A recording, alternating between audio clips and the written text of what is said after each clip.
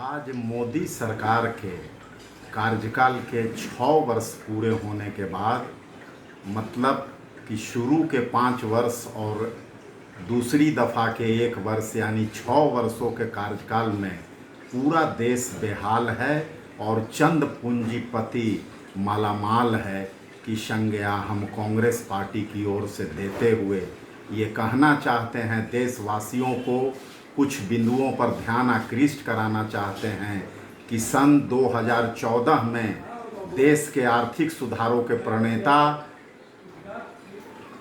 महान अर्थशास्त्री डॉक्टर मनमोहन सिंह के नेतृत्व में जो यूपीए सरकार थी उसे भाजपा, आरएसएस, चंद साधु महात्मा, सोशल एक्टिविस्ट, सीएजी के चंद लोग मिल करके एक साजिश के तहत तरह तरह का झूठा आरोप लगा करके सत्तासीन हुए थे।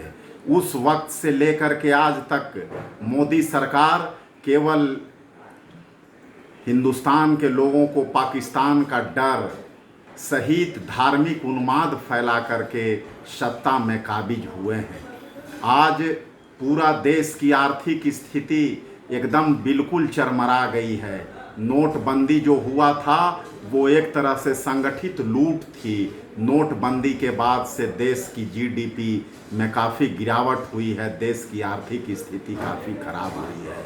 आज मोदी सरकार के नेतृत्व में जब से सरकार चल रही है तब से कुछ चंद पूंजीपति अंबानी, अडानी के द्वारा ही सभी कार्य किए जा रहे हैं और गुजरात के चंद व्यापारियों के द्वारा। और उसके साथ साथ देश में पहली दफ़ा ऐसा हुआ है कि यहाँ से विजय माल्या, नीरव मोदी, ललित मोदी, मेहुल चौकसी जैसे लोग हजारों लाखों करोड़ रुपया लेकर के विदेश भाग गए हैं। उसके बाद भी मोदी सरकार बिना मतलब के विदेश यात्रा करने पर तुले हुए हैं और जो भी इनके समय में 6 वर्ष के कार्यकाल में हुआ है, चाहे वो पुलवामा हमला हो, सर्जिकल स्ट्राइक हो, साथ ही साथ जो भी कार्यक्रम हुए हैं, धारा 370 हटाना हो, राम मंदिर मामला हो, उसके बाद जो भी कार्यक्रम हुए हैं उसे वो चुनावी फायदे के रूप में लेना चाहते हैं। उस नाम पर हिंदू मुस्लिम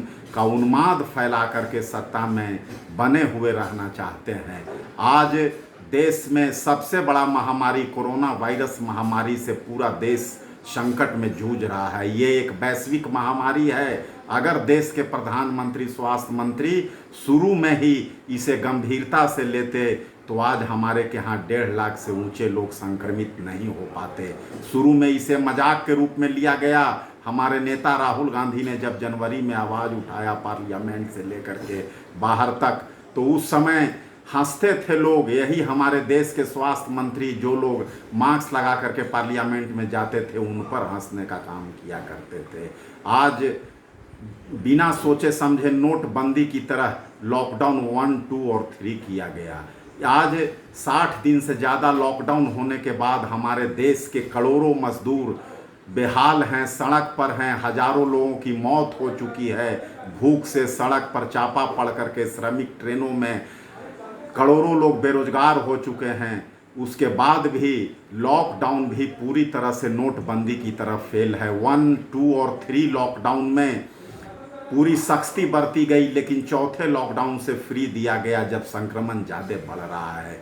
तो मैं ये कहना चाहूँगा कि लॉकडाउन भी नोटबंदी की तरफ फेल है। इसलिए विगत 6 वर्षों में केवल और केवल प्रचार की ये सरकार है, झूठे आवंडर का ये सरकार है और चंद पूंजीपतियों की ये सरकार है।